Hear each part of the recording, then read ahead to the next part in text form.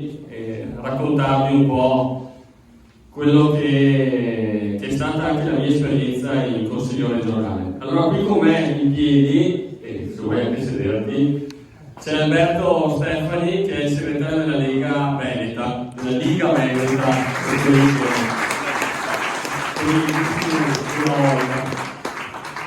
E poi insieme con me c'è anche il consigliere regionale Giovanni Pupatto, che è un amico che ho voluto venire a trovare. Ovviamente saluto Jessica Masini, il nostro sindaco.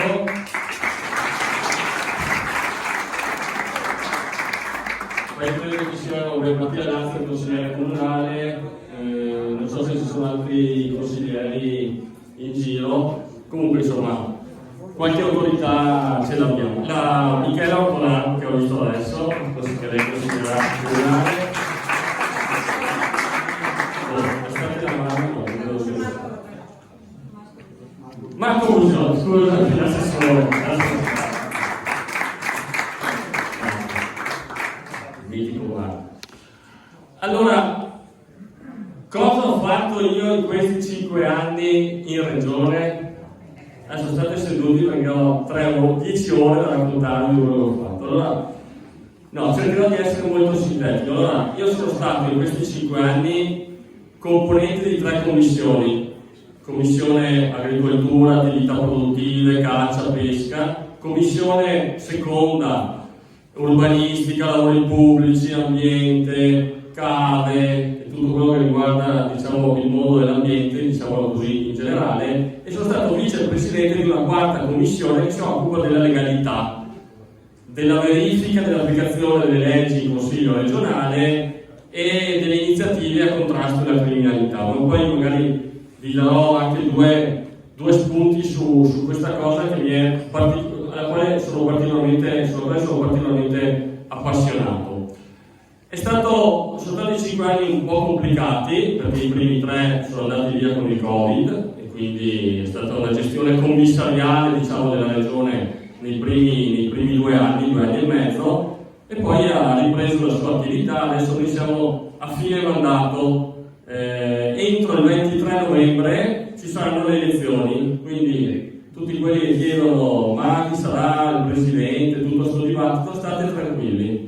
A fine novembre ci sarà un nuovo presidente della regione, una giunta e un consiglio regionale, e quindi adesso la politica sta facendo la sua parte, individuerà i soggetti, una parte li ha già individuati, e noi come centrodestra vedremo cosa succederà.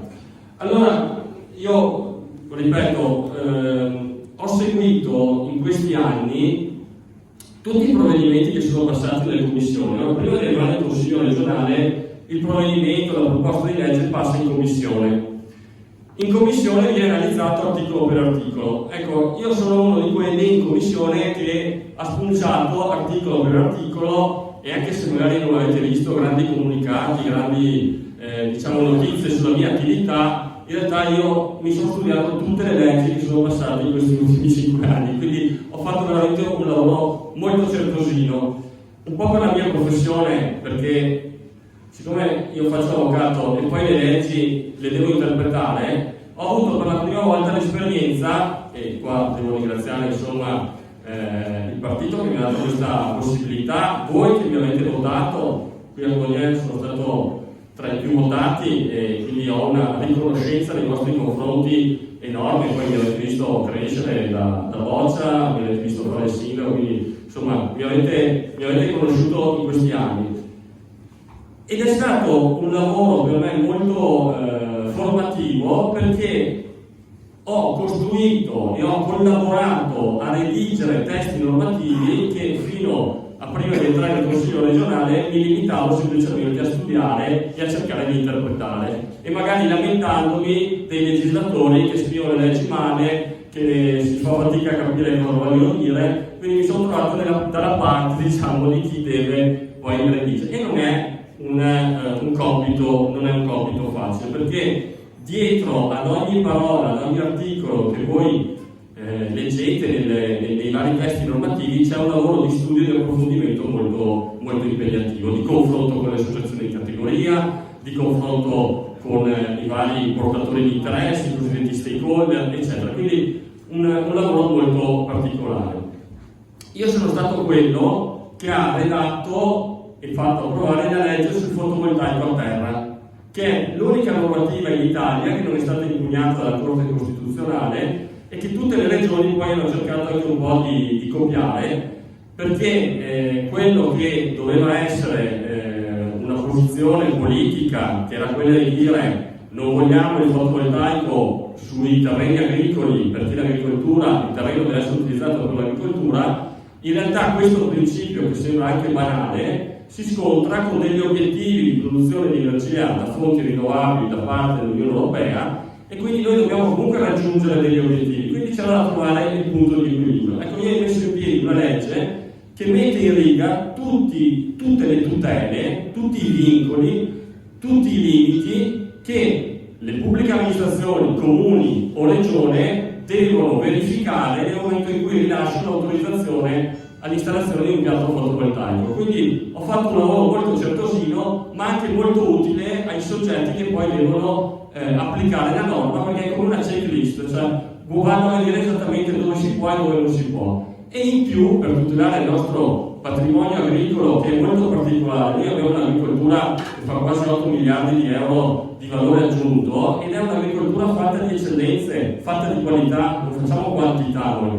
Quindi per ogni produzione agricola, abbiamo il prosecco, la melanotonia di Codognier, piuttosto che altre eccellenze, noi dobbiamo fare in modo che questi luoghi dove si coltivano queste particolarità diventino luoghi da tutelare e quindi aree agricole di pregio. Noi siamo stati i primi in Italia a introdurre il concetto di area agricola di pregio qui in Veneto. Concetto che poi vedo che è stato ripreso anche da altre regioni, poi c'è stata anche una normativa nazionale che è intervenuta, adesso siamo qua sempre un po' nel limbo, però ecco, quantomeno qui in Veneto c'è una certa chiarezza sulla disciplina di questa materia. L'altra legge che ho seguito, ho ideato, ho costruito, ed è il motivo per cui sono particolarmente orgoglioso del lavoro fatto in regione, è la legge che noi abbiamo chiamato la legge sul beneficio comune. Allora, in regione spesso arrivano molte leggi, molte proposte dell'associazione di categoria. Il scopo di questa associazione di categoria, i pescatori, gli agricoltori, i cacciatori, gli artigiani, eccetera, è cercare di portare a casa soldi, quindi di avere leggi di contributo.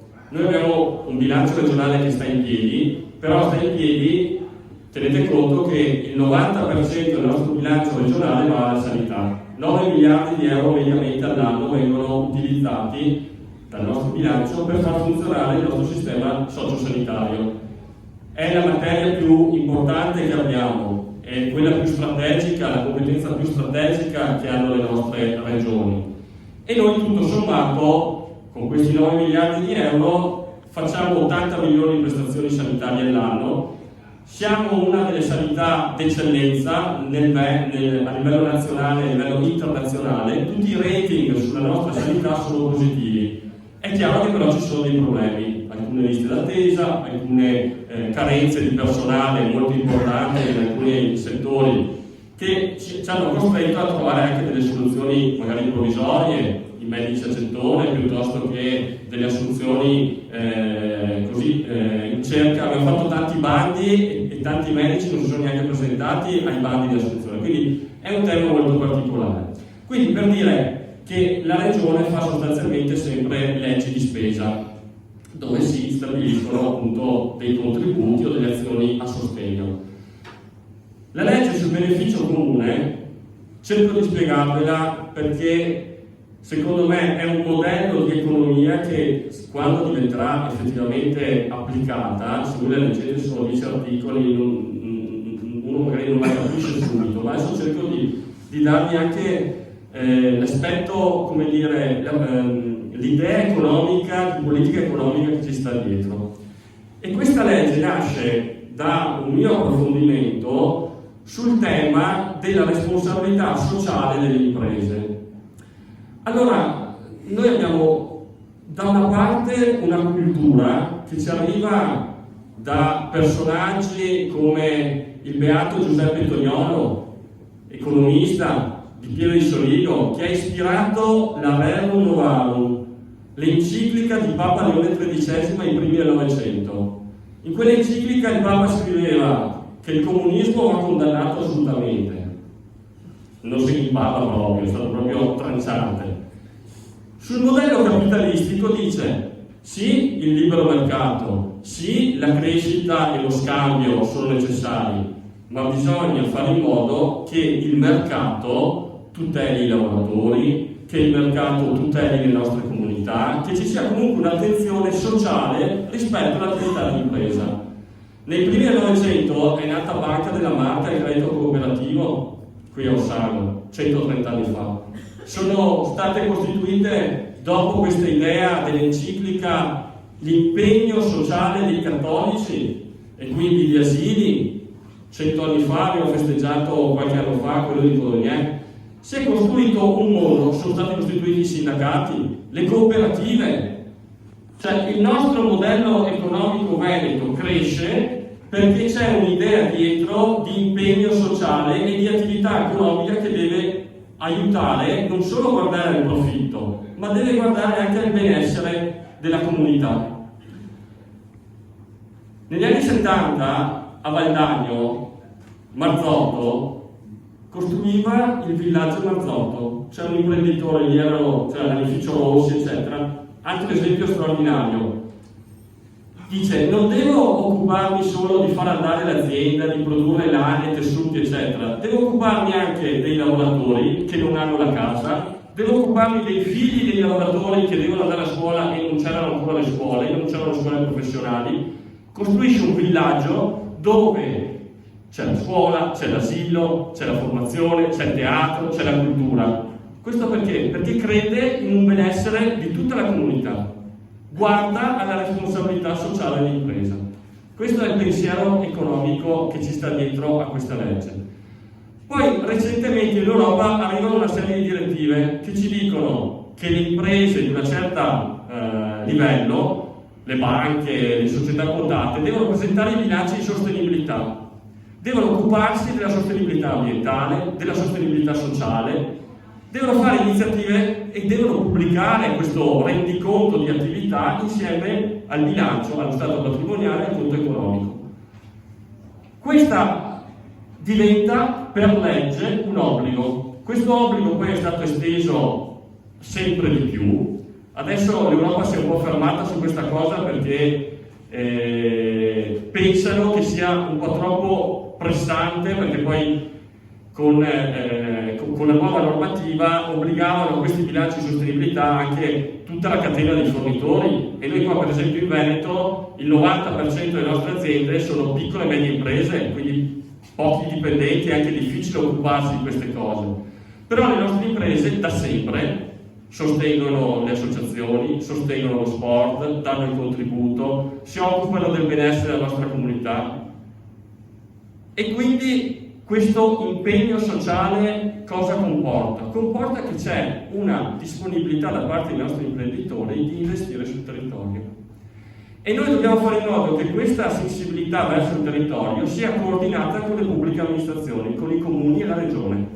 Quindi voi vedrete che a novembre, settembre, ottobre verrà pubblicata una piattaforma digitale dove valorizzeremo le società benefit, che sono le società che uniscono il fare profitto con un progetto a beneficio comune, ma anche tutte le altre imprese che possono candidare dei progetti a beneficio comune, il bosco urbano, un asilo aziendale, un'attività di formazione per i dipendenti, un'attività di assistenza all'infanzia, magari per le mamme che lavorano in azienda, per permettere quindi alle mamme di lavorare in azienda. Ma queste attività poi vanno bene per tutta la comunità, e quindi sarà una piattaforma dove incrociamo questa disponibilità delle imprese con le esigenze delle nostre pubbliche amministrazioni, dei comuni, che avranno sempre meno soldi, avremo sempre meno disponibilità di risorse, e allora mettendo insieme quello che faranno già le imprese, noi riusciremo a raggiungere un obiettivo straordinario, mettere in moto un meccanismo virtuoso.